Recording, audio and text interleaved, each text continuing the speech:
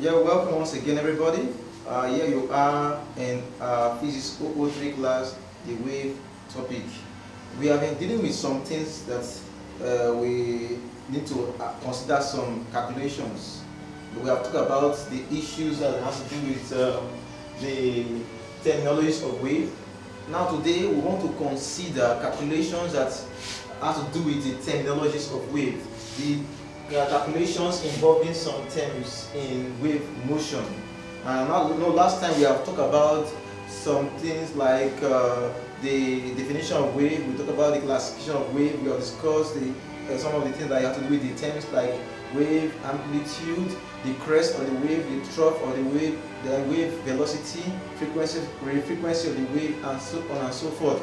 Now we will look at some questions that have to do with some from the JAM objective, some questions that have to do with the WAEC objective, the NECO, and so on and so forth. We have the first four questions before us. The first one is from JAM 1987, and then the other one is from JAM 1984. The other one is from NECO 2008. The other one is from WAEC 1992. We'll look at the calculations here and look at the way we can get the answer to these questions, so we can from there develop your solving skill. Let's go on now as we consider the first question from JAM 1987, that is UTME 1987. A wave has a frequency of 2 Hz and a wavelength of 30 centimeters. The velocity of the wave is option A 60 meters per second, B 66 meters per second, C 1.5 meters per second, and D 0.6 meters per second. Let's see the solution to that one. The solution to the first question before us. Question 1. We need to write out the parameters so that we will easily know the formula that will help us to attack this question very well. From the statement here, a wave has a frequency of 2 Hz. Take it down. It means F is equal to 2 Hz. Is that okay? Let's go ahead. And then a wavelength of 30 centimeters. So if you take it down, that means lambda is equal to 30 centimeters. But that's not the right units, because if you are looking for the velocity of wave, it's always in meter per second. So we need to change the centimeter to meter. Changes 30 centimeter to meter, you have to divide by 100. At least 30 divided by 100, you have 0.3 meters. So it means here that 30 centimeter is also equal to 0.3 meters. That's the right unit now to use to take in the case of the wavelength. Now the other aspect is the velocity. Now that's what we're looking for. Velocity we don't know, we just have it as a question mark there. Since we have 3 parameters, V, F, and lambda, velocity, frequency, and lambda, therefore we need to recall the formula that will go in the relation. Recall here, for this reason, recall that V is equal to F lambda, velocity is equal to F lambda, frequency lambda. Now let's look at it very well. To get the velocity it means that we have to substitute. It implies here that velocity is equal to, what's that now? Frequency is what? 2, and the lambda, that's the wavelength, is 0.3 meters. When you multiply 2 times 0.3, that gives me what? 0.6 meters per second. That's what gives, or that is for which option? What's the option now? Option D is correct. The correct option is D. D is the correct option.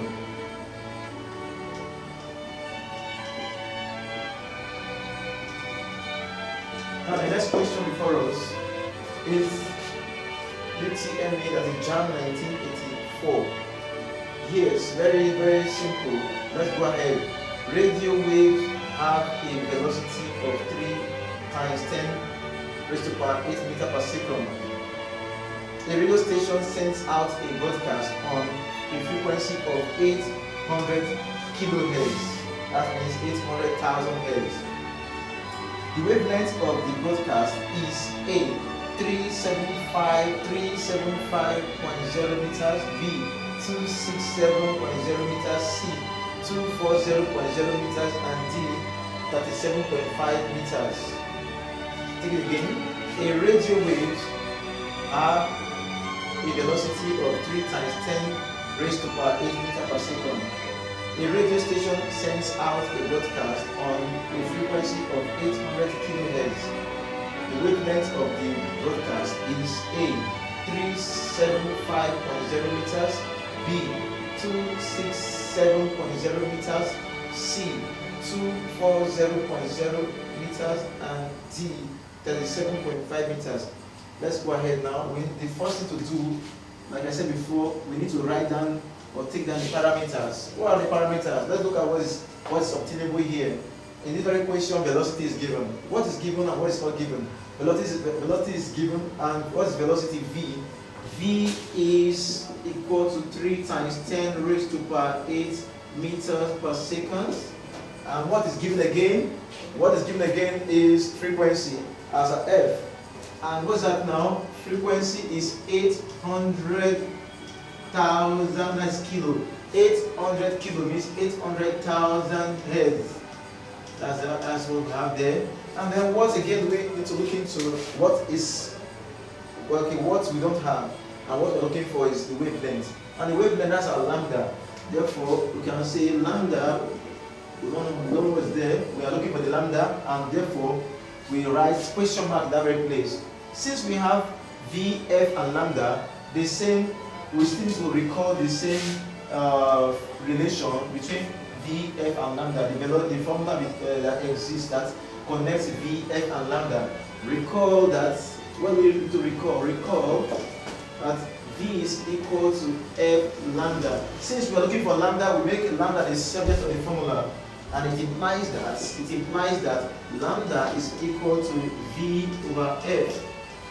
V over F, then it means here that lambda, what's my V, what's my velocity, is 3 times 10 raised to power 8 meters.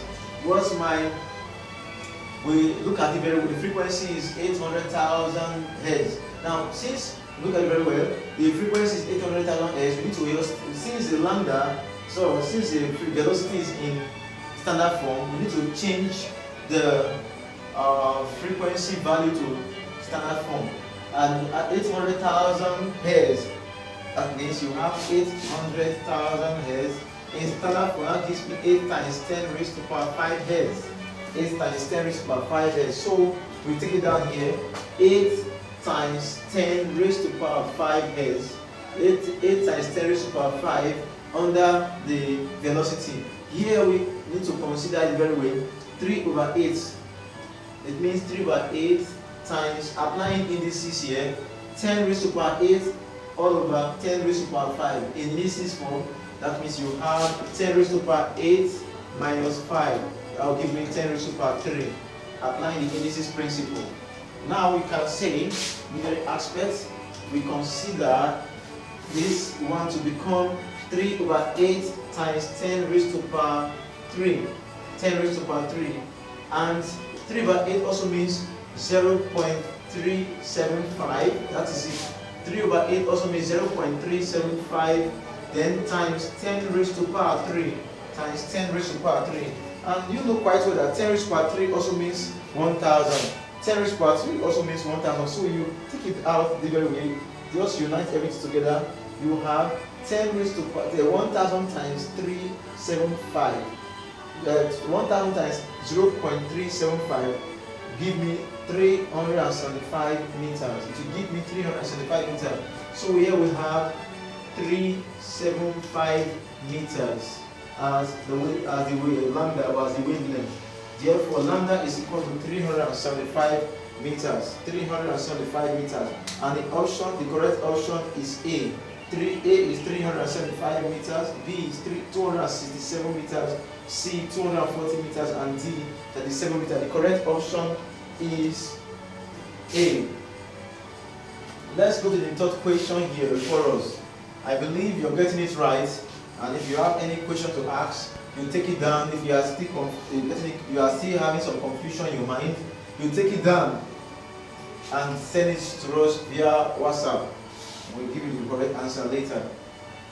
Now let's go on with the next question. That's NECO 2008. NECO 2008.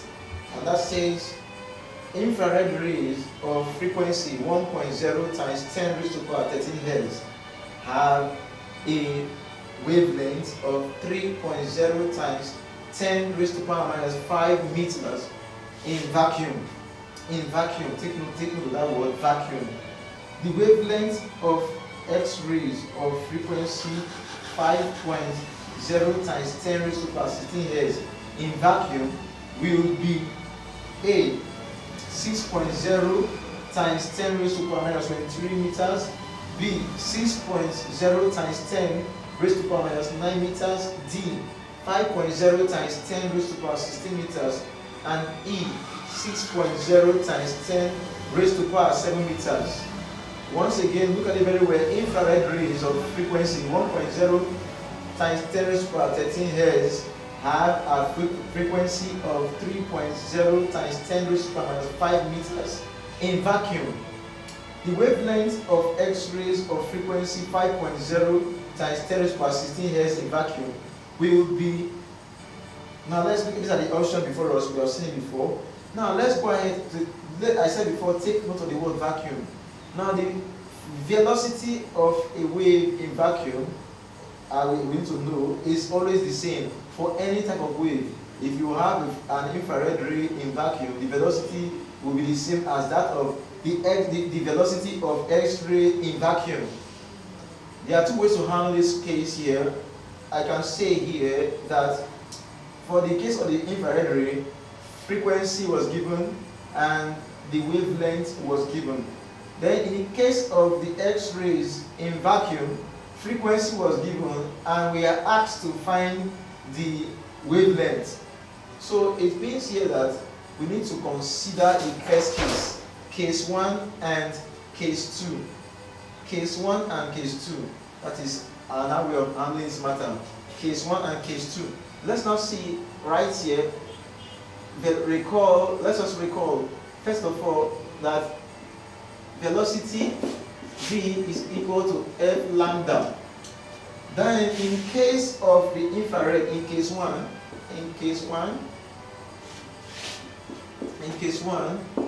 for infrared ray, for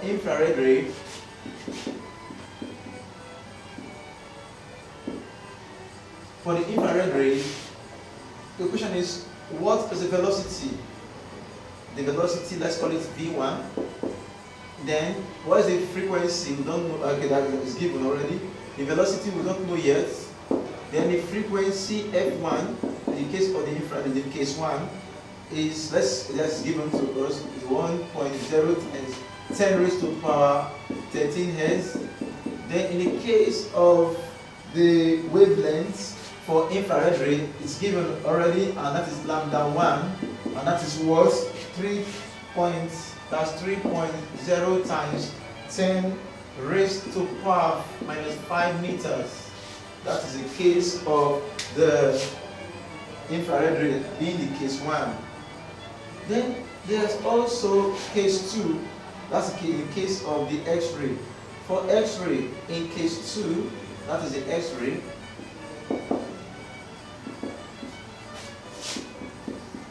What we have to say right here is that the velocity 2, that is the velocity 2, is equal to, we don't know yet, we call it, don't know the value yet. Then the frequency 2, that is in the case of the X-ray, the frequency given to us here is 5.0 times 10 raised to the power 16 Hz.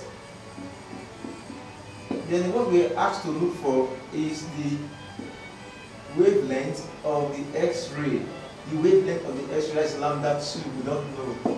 But let's understand here, the velocity in the velocity of infrared ray in a vacuum will be the same as the velocity of the X-ray in vacuum. Now consider this. let us quickly consider some aspects that we need to look into. Since the velocity of the infrared ray is the same as the velocity of the infrared ray in vacuum will be the same as the velocity of X-ray in vacuum. Since the velocity of infrared rays is equal to the velocity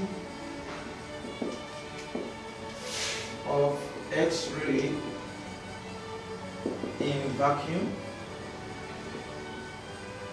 it implies that the velocity 1 and velocity 2 will be the same. So both of them will be equal to each other. So you can say it implies that V1 is equal to V2. Therefore, what's my V1? My V1 is going to be F1 lambda 1, and my V2 will be F2 lambda 2. Then what is the thing I'm looking for? That is lambda 2, the wavelength of the X-ray in vacuum. The wavelength of X-ray in vacuum.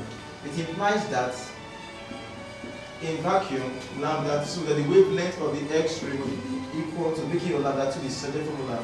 It becomes F1 lambda 1 all over F2. And what's that now? What will I have? What is the value to look at?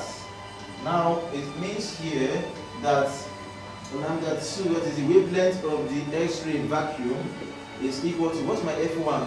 My F1 here is 1.0 times 10 raised to power 13 times, what's my lambda 1? My lambda 1 is 3.0 times 10 raised to power minus 5.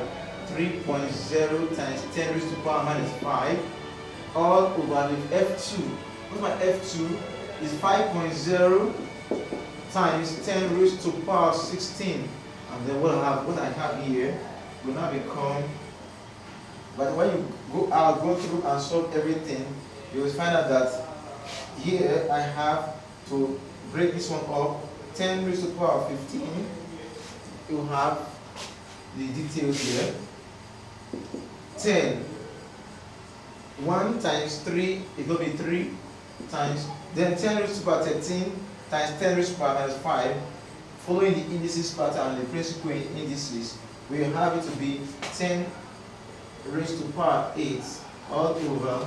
Then for the bottom value, we have the denominator, we have 5 times 10 raised to power 16. And that gives me 3 over 5 is also the same as 0.6 times, then 10 raised to power 8 all over 10 raised to power 16.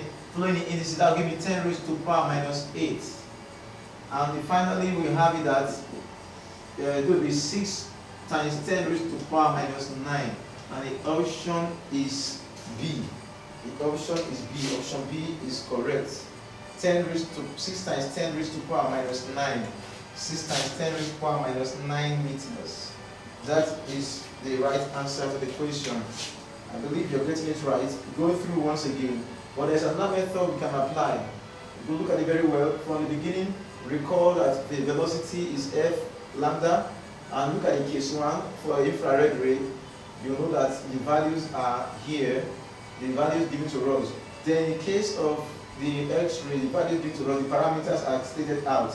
Now, since the velocity of infrared rays is equal to the velocity of X-rays in vacuum, then V1 is equal to V2. And my V1 is F1 lambda 1, and my V2 is F2 lambda 2.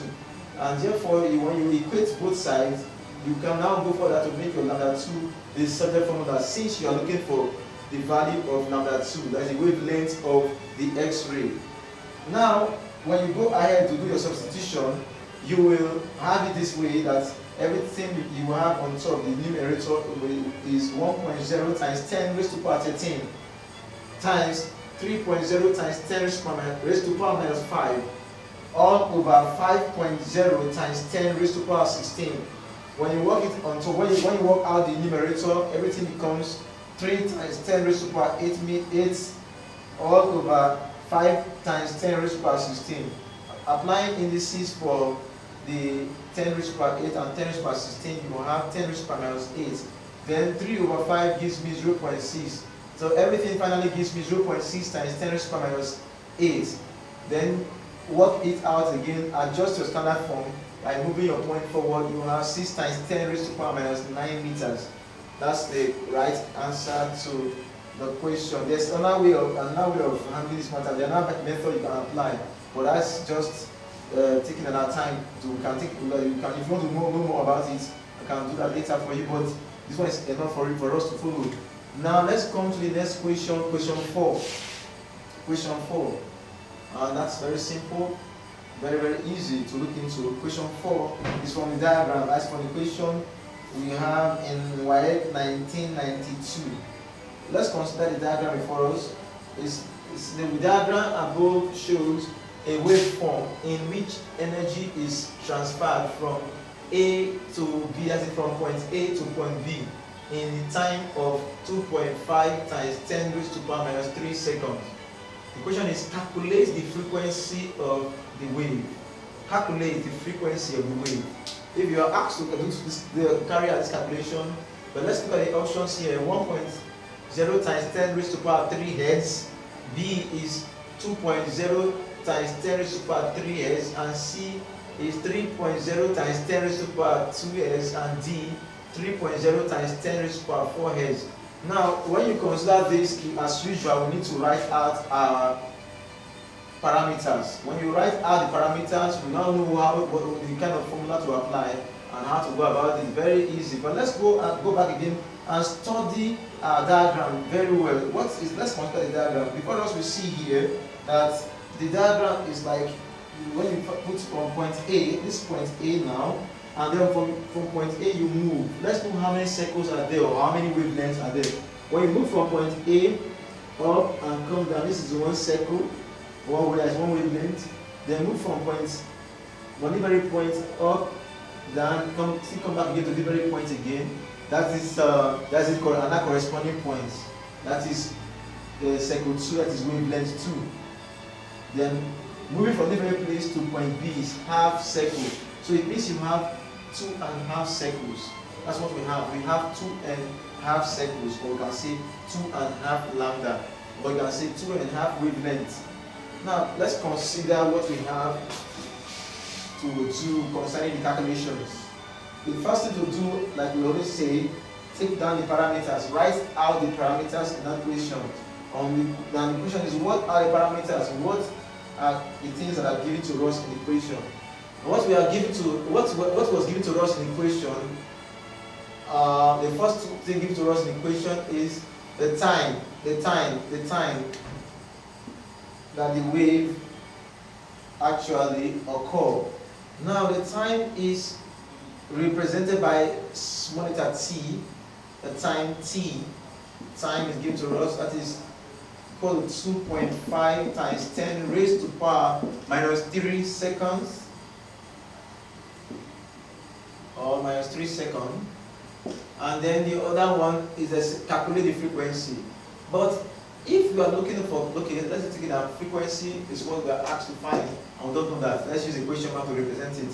Then, if you are looking for frequency, it means that from the diagram, we need to know the number of circles that are there. From here to here, 1 circle, here to here, 2 circles, and it is 2.5 circles. It means the number of circles, that is small letter n, is 2.5. 2.5 circles, or we can say 2.5 lambda, or we can say 2.5 wavelengths. That's what we need to say here. And 2.5 also means 2.5. 2.5. Let's go ahead now to consider the formula that we need to apply here that will suit this parameter, that will go in line with the parameters before us. Since we are given frequency, time, and then number of n value, that is number of cycles, then we need to recall with what we have from what we have before. Recall that frequency is equal to n over t. Frequency is equal to n over t. Number of cycles all over time taken for that wave. Now, number of cycles or number of wave cycle complete wave cycles all over time taken. It means here that frequency is equal to, what's the number of cycles here? Is 2.5 all over, then the time given to us is 2.5 times 10 raised to power what? As a 2.5 times 10 raised to power minus 3. 2.5 times 10 raised to power minus 3. So what we have to say here is we need to work it out by applying our indices work, or our indices in the very case. Now looking at it very well, it means that for the top we need to write at 2.5, just say times 1. 2.5 times 1 is also 2.5 all over, then 2.5 times 10 raised to power minus 3. Let's consider this. 2.5 cancels off 2.5. What we now have here is 1 over 10 raised to power minus 3, and that's same as 10 raised to power 3. 10 raised to power 3 is.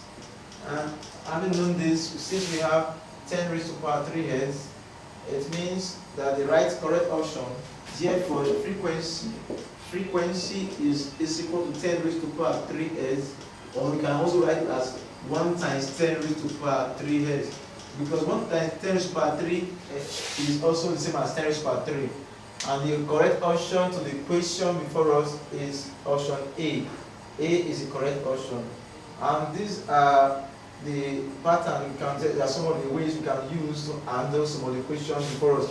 When you consider it very well, some formula we have used before, we can apply them with wisdom based on the type of parameters you have brought out from the question.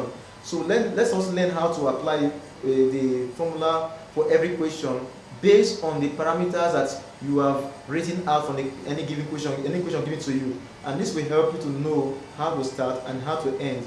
Let's also observe conversion of our units, and also converting the conversions that are involved in indices as well as standard form. And this will help us to be very good in our calculations in physics. Thank you very much. We still need to consider more questions. We want to consider from question 5, 6, 7, and 8. 4 more questions to consider.